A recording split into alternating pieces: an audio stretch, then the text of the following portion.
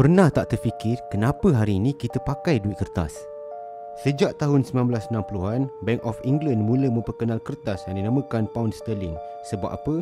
Sebab emas dan perak ni berat, bising kalau simpan dalam poket. Jadi, rakyat pun mula tukar emas kepada pound dan bila-bila masa boleh tukar balik kepada emas semula. Mula-mula okey. Nak simpan emas di Public Gold?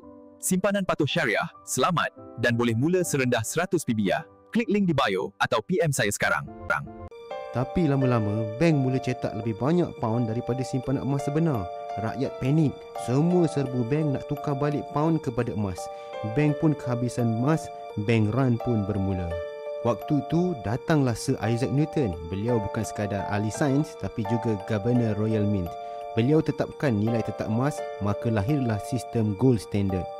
Nilai mata wang kekal stabil selama lebih 200 tahun sebab ia bersandarkan emas.